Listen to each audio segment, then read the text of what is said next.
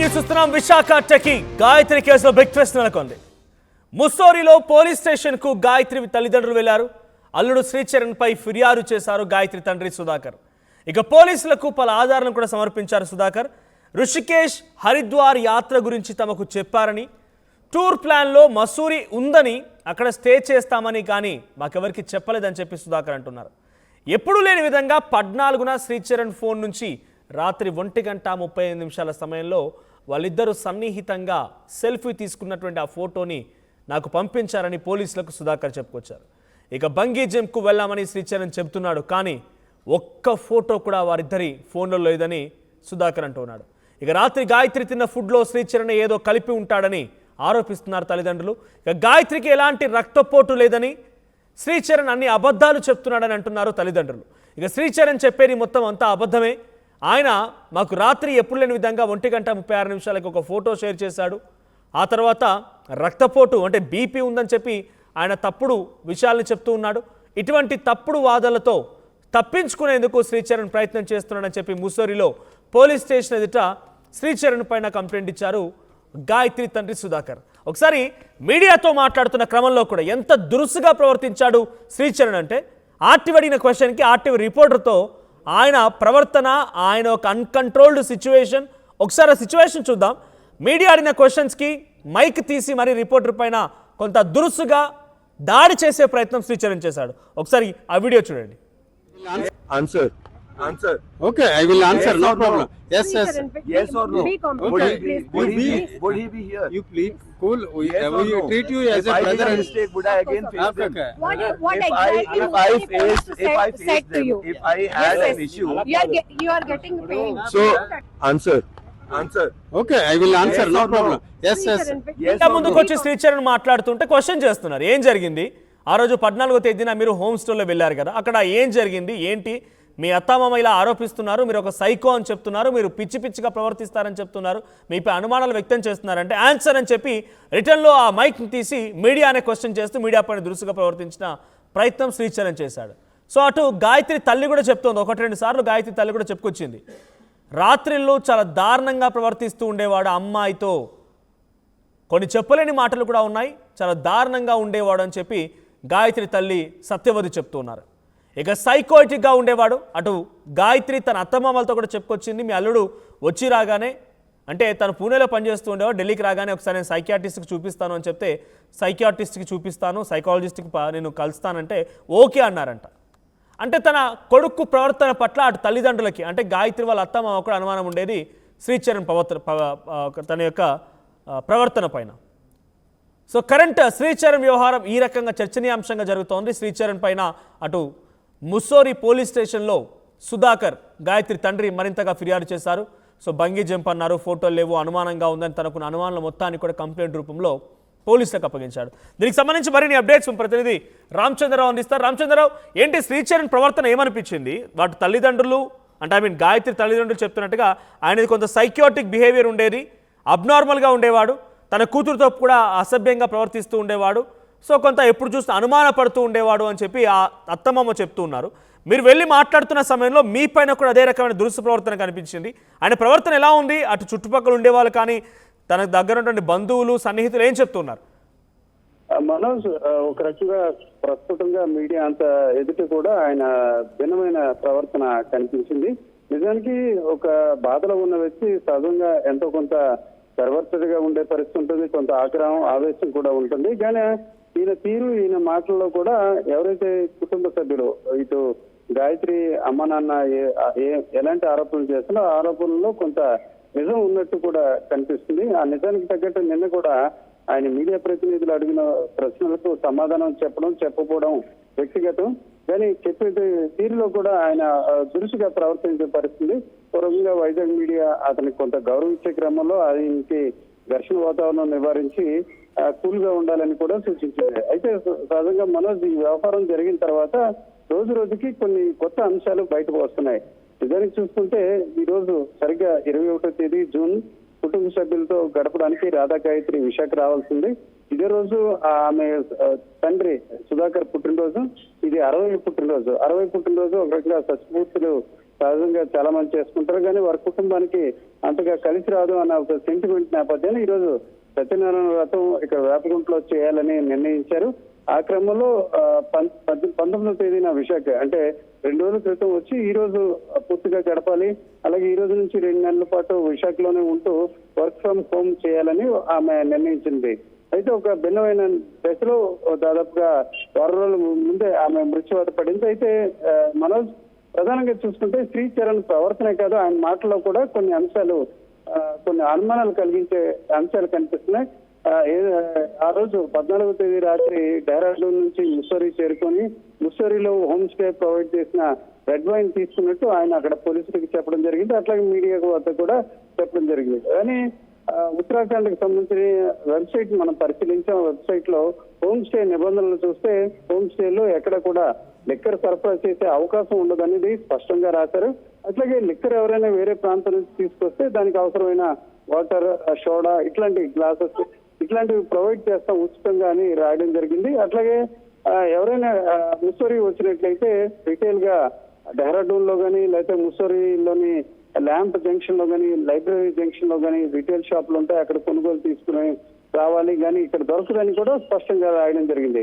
అయితే ఇక్కడ అతను చెప్పిన మాటలు బట్టి హోమ్ స్టే నిర్వాహకులే తీసుకువచ్చారని చెప్తున్నారు. అందులో ఎంతవరకు నిజం, ఏ రకంగా తీసుకొచ్చారన్న విషయంపై పోలీసులు ప్రస్తుతం దృష్టిలో పెట్టి దాని విచారణ సాగించే అవకాశం ఉంది. నిన్న చూసుకుంటే ముస్సోరీ పోలీసులను రాధా గాయత్రి తండ్రి సుధాకర్ అలాగే వారి బంధువులు కూడా కలిశారు. శర్మ, అవినాష్ అలాగే వర్మ వీరందరూ కూడా తండ్రితో కలిసి వెళ్లారు. నిజంగా మనం చాలా బాధపడే అంశం ఏంటంటే ఒక రకంగా ఇదే రోజు పుట్టినరోజు వేడుకల్లో సుధాకర్ కుమార్తె రాధా గాయత్రి పాల్గొనాల్సిన పరిస్థితి. కానీ ఈ రోజు భిన్నంగా చూసుకుంటే రాధా గాయత్రి అందంలోకానికి వెళ్తే ఆ తండ్రి కుమార్తె మరణం గురించి న్యాయం జరగాలంటూ ఉత్తరాఖండ్ లోని పోలీస్ స్టేషన్ల చుట్టూ కూడా తిరుగుతున్న పరిస్థితి. ఈ దశలో ప్రధానంగా ఒక కీలకంగా అంటే ఇతర అంశాలు కీలకంగా మారినప్పుడు కూడా ప్రస్తుతానికైతే పోస్ట్ మార్టం నివేదిక వచ్చినట్లయితే స్పష్టంగా దీనిపై కొంత క్లారిటీ వచ్చే అవకాశం ఉంది.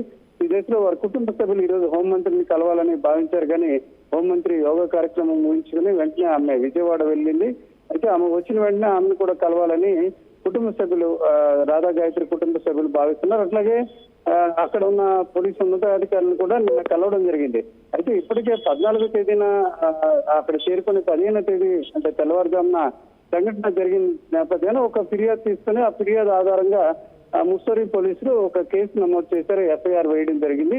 ఆ ఎఫ్ఐఆర్ కాపీని కూడా వారి కుటుంబ సభ్యులకు ఒక జిరాక్స్ కాపీ నిన్న ఇచ్చిన పరిస్థితి. అయితే వీరు కొత్తగా ఆ రోజైతే మృతదేహాన్ని తీసుకురావాలి అలాగే కుమార్తె చనిపోయిందన్న షాక్ తో పెద్దగా వారు అనుమానాలు వ్యక్తం చేయలేదు. అయితే తాజాగా కొన్ని అనుమానాలతోని కొన్ని పాయింట్స్ కూడా తీసుకుని ఇప్పుడు సుధాకర్ గారు ఎవరైతే రాధా గాయత్రి మృతి చెందిందో ఆయన తండ్రి అలా బంధువులు కూడా మొత్తం 4 కూడా అక్కడ ఉన్నారు. ఆ అనుమానాలతో పాటు కొన్ని ఆధారాలు కూడా పోలీసులకి ఇచ్చారు. ఏదేమైనప్పటికీ శ్రీచరణ్ చెప్పే మాటల్లో తమకు ఇంకా బలమైనగా అనుమానాలు ఉన్నాయి. ప్రధానంగా చూసుకుంటే అతను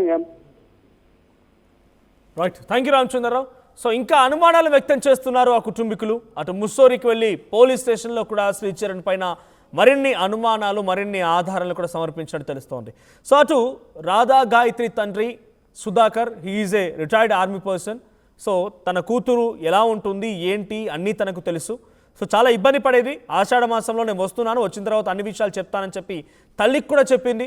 సో అంతలోనే తిరిగి రాని లోకాలకి వెళ్ళిపోయింది రాధా గాయత్రి. తన మరణం పైన ఇప్పుడు అనేక అనుమానాలు వ్యక్తమవుతున్నాయి. అటు శ్రీచరణ్ చాలా సైకోటిక్గా ఉండేవాడు, తన ప్రవర్తన చాలా దురుసుగా ఉండేది, శ్రీచరణ్ యొక్క ప్రవర్తన బాగా లేకపోయేది, అందుకే ఇవన్నీ కూడా కారణాలు అన్నట్టుగా అటు తల్లిదండ్రులు ఆరోపిస్తున్నారు. మరి తల్లిదండ్రుల ఆరోపణలు ఎంతమేర నిజమవుతాయి, పోలీసులు ఇప్పుడు రాధా గాయత్రి మరణంపై ఎటువంటి విషయాలు తెలుస్తారు చూడాలి. ఒకసారి మీడియాతో మాట్లాడిన శ్రీచరణ్ ఎలా మాట్లాడుకొచ్చాడు, ఆ రోజు ఏం జరిగింది ఏంటి అనే దానిపైన ఆయన మాట్లాడిన మాటలు ఒకసారి విందాం. So I said to you, if I had an issue, you are getting paid. so please understand at this particular point.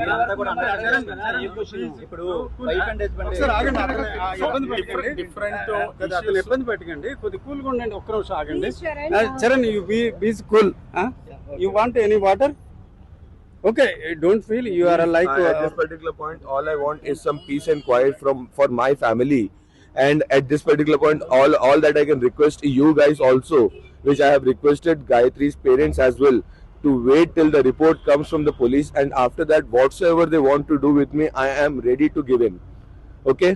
What Charan, exactly Charan, Mussoorie police said to you at the time? I am unable to state that right now because I'm not in a position, neither in a state to state that right now. Sorry. మీది love marriage arrange marriage మాది arrange marriage అండి. Arrange marriage అయ్యేటప్పుడు మీ భార్య bag లో GPS tracker అన్నీ కూడా పెట్టాల్సిన అవసరం ఏముంది? ఎక్కడికి వెళ్ళినా వీడియో కాల్ సో మీరు పెట్టారా జీపీఎస్ ట్రాకర్? నిజమేనా? ఆ ట్రాకర్ గురించి నాకు తెలిసినంత మటుకు ఏంటంటే వాళ్ళ ఆఫీస్ లో తనకు ఆ బ్యాగ్ లో ట్రాకర్ దొరికింది.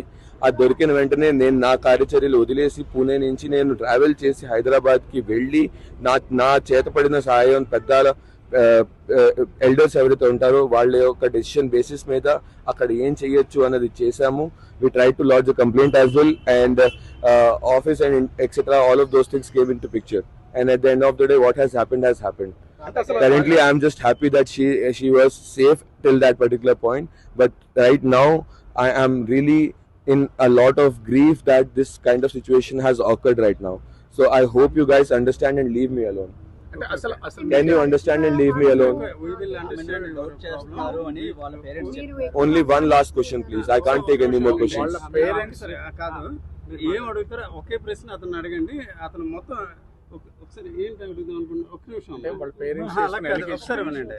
lead this నేను ఒకసారి చరణ్ ఒకసారి వినండి. మనం ఇలా అడుగుదాం. మొదట అక్కడ ఇన్సిడెంట్ ఏం జరిగింది ఇమేజ్ చేసుకున్నా అంటే టోటల్ ఎలిగేషన్స్ ఒకటి కూడా చరణ్ అన్నింటినీ ఏంటంటే టోటల్ గా చెప్పండి మీరు సింపుల్ గా. గాయత్రి భక్తులు అని కూడా చెప్పారు. అమ్మాయి మ్యారేజ్ అయినప్పుడు కూడా గాయత్రి అని ఒక అదృష్టంగా అట్లా ఫీల్ అయ్యారు. మొత్తం చెప్పండి. ఒక ఓవరాల్ గా అసలు ఏం జరిగింది? ఎక్కువ స్ట్రెయిన్ అవ్వకండి, కూల్ గా ఉండండి. మేము ఇబ్బంది మీకు పెట్టాం. ఏముందండి, ఆగస్ట్లో పరిచయం అయింది, జూలై ఆగస్ట్లో. దానికి ముందు కామన్ ఫ్రెండ్ ద్వారా తెలుసు. మ్యారేజ్లో కలిసాము, తర్వాత జూలై ఆగస్ట్లో పెళ్లి చేసుకుందాం అనుకున్నాము. మా పెద్దవాళ్ళకి చెప్పాము. పెద్దవాళ్ళు పెళ్లి చేసుకొని వాళ్ళు వచ్చారు ఇక్కడికి, అందరూ కూర్చొని మాట్లాడుకున్నారు. అందరూ అన్ని బాగున్నాయి అన్నాక అక్టోబర్లో ఎంగేజ్మెంట్, నవంబర్లో మ్యారేజ్ అయింది. తర్వాత 1 month మేము ఢిల్లీలో ఉన్నాం కూడాను. కాకపోతే తన జాబ్ కమిట్మెంట్స్ వల్ల తను హైదరాబాద్లో, నేను పూణేలో ఉండాల్సి వచ్చేది. డిస్టెన్స్ ఉండేది. కొన్ని స్టార్టింగ్ మ్యారేజ్ స్టార్టింగ్లో ఉంటే మిస్అండర్స్టాండింగ్స్ చిన్న చిత్కా ఉండేవి, తూతూ మేమేలు ఉండేవి. బట్ ఓసారి అవన్నీ రిజాల్వ్ చేసుకున్నాం. మేము కలిసికట్టుగా ఉన్నాము. ఫిబ్రవరి అయ్యింది, తను ఢిల్లీ వచ్చింది. దాని తర్వాత మా డాడీ బర్త్డే అనేసి మేము ఢిల్లీ వెళ్ళాము. మేము చక్కగా బయటికి కూడా తిరగడానికి వెళ్ళాము. We were so happy couple at that particular point. And we were at that particular we were trying to get a family together, and we were trying to expand our family, do the marriage things. And June వచ్చేసరికి ఇంకా I was supposed to be in a state where I could work from home freely, and I was moving back to Delhi. And at that particular point, when I went back to Delhi, she said ki Ashadha Masam etc, and I would move back to my home. So shall we go on a trip? I said definitely yes. We went on a trip before weekend itself, a short trip, one nighter. And then the second time we were like, okay, now let's have a 3-day trip. It was my birthday as well. So we started on 13th from Delhi to Rishikesh. It was quite late, so we could not do anything on that day. Then we on 14th we did a few activities. Initially we went to Ganga, we sprinkled some water, did some namaste, and we had a breakfast, and then we went to river rafting. Post that, she requested that we go for bungee jumping, and we went for bungee jumping as well. And post that we had some food in some cafe, and then we started to move back to Mussoorie. And as soon as we reached Mussoorie at somewhere around 11:30 at night on 14th of June, and we stayed there the night. We slept at around 3:30 or something, and when I woke up, she was lying on me with blood in her nose, and that was somewhere around 6:30 in the morning, 15th May, so 15th June. And as soon as I checked her out, I checked her up that if she's fine, but she was not responding. So I flipped her over, sat her up, and tried to wake her up by hitting on her back or something like that, rubbed her back, etc. And there was no motion in her. And as soon as I tried to grab her up, she started slipping off the bed and she fell down. And I again checked down if there was any motion kind of, and I tried calling ambulance as such. And as soon as I tried calling ambulance and police as well, because ambulance number was not out. The hotel staff came up, and they also tried calling the ambulance. And as soon as the ambulance person came, he tried giving CPR to her, but it was of no use, and it was declared not well, and it was declared that she was dead. So initially, when the ambulance guy came as well, I was along with him, the home guard also came over there, and I did not allow the home guard to enter the premises. Ambulance guy is a paramedic, he has all the rights to, but a home guard was not allowed by me to enter inside because I had to cover her up. So I first covered her up, and only then the ambulance guy and home guard entered inside, and they did all the ambulance guy did the CPR part. The home guard stayed inside for a while, and then all of us had to come out. And then the senior police officials, along with their forensic team, field forensic team, came down. They took my statement, and then they analyzed the entire surroundings, and they took all the samples, etc. Post that, as per the procedure, everything has went up. I had informed my parents, their parents, and their parents came up. My parents came up as well, and the next day, postmortem and everything happened. But we are still waiting for the reports, etc. And the reports have to come for us to understand what the cause of death was, and that is along with that, the rest of the entire summary of the case will be coming to you guys. It will be public very soon, as soon as the government of Uttarakhand, the police of Uttarakhand will avail that. And that is everything that I can provide to you right now. Is there anything else that you would want to ask? మరి ఇంతలా ఉంటే వాళ్ళ parents Sorry? Previously, any Not much as I know of. కూడా మీరు అనుమానం వ్యక్తం చేయడం, ఒక సైకోలా బిహేవ్ చేయడం, ఇలా చెప్పి ఇట్లా అంతలా ఎందుకు మీరు ఇంత హ్యాపీగా ఉన్నప్పుడు అసలు దీనికి సంబంధించి మీరు చాలా హ్యాపీగా ఉంటున్నారని చెప్పిన తర్వాత కూడా One question, please. ఓకే, దీని అంతరికి ఒకటే ఆన్సర్ చెప్పండి, పర్వాలేదు. See, okay, answer చెప్తాను. If we were not happy, would we go on a trip? Would we? No, right? అన్నాక ఆటోమేటిక్ గా వెళ్తారు కదా. Exactly. భార్య భర్తలు అన్నాక ఆటోమేటిక్ గా వీటికి వెళ్తూ ఉంటారు కదా. హ్యాపీగా ఉన్నప్పుడే కదా ఇంటికి వెళ్తాం. Okay.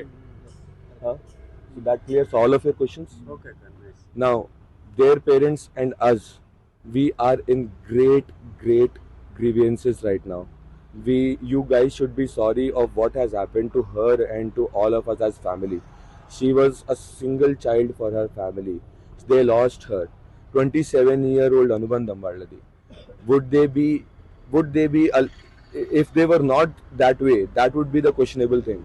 But they are doing what they have to in the form of grief. That is everything I can say at this particular point. They are grieved, and I am grieved as well. If you understand this thing as a part of media, it would be really helpful for us, and it would be really grateful for everyone to let us alone and let us finish all the formalities, wait for the police to give their information, and only then take any formal or any kind of a decision whatsoever is going on in the media. I am not even aware of what's going on in the media, but as far as I've heard it from the people, it is really turning out to be uglier and ugliest, because they are putting out fake news out there. I don't know which news channels, but many news channels have put out a lot of fake news. Please stop it, because you are harassing the reputation of not only 2 families but approximately 3 villages. She was the daughter of 3 villages. She was loved by a lot of people. She was loved by me. I could do whatsoever I did whatsoever she asked for, ever and ever, and that's how I wanted to live my life with her. I loved her that much.